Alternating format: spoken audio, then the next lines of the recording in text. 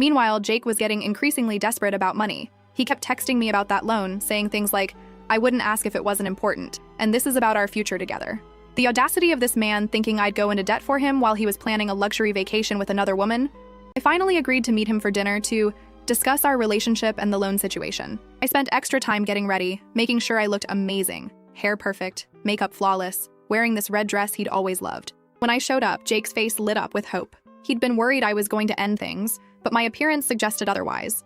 We ordered food and made awkward small talk while he kept glancing at my left hand, noticing I wasn't wearing the sad little engagement ring he'd given me. Finally, I cut to the chase.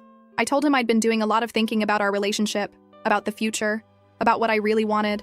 His face got all serious and expectant. Then I dropped the first bomb. I told him I'd looked into the loan he wanted me to take out and could probably get approved for $25,000. The relief on his face was instant, like a drowning man spotting a lifeguard. He reached for my hand across the table, squeezing it while saying how much this meant to him, how he'd definitely pay me back, how this proved we were meant to be together.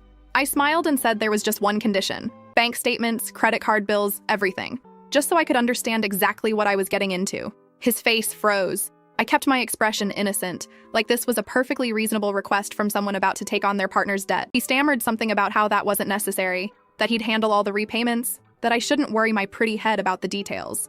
I insisted, saying this was non-negotiable, that if we were going to build a life together, there needed to be complete transparency. Jake looked like he was going to be sick. He excused himself to the bathroom, taking his phone with him. When Jake returned to the table, he had composed himself. He agreed to show me his financial records soon, but said right now the most important thing was processing the loan application because he had some urgent deadlines.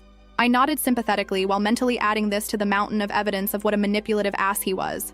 I told him I'd go to the bank on Monday, this was Friday evening, to start the application process. Little did he know I had zero intention of getting him a penny.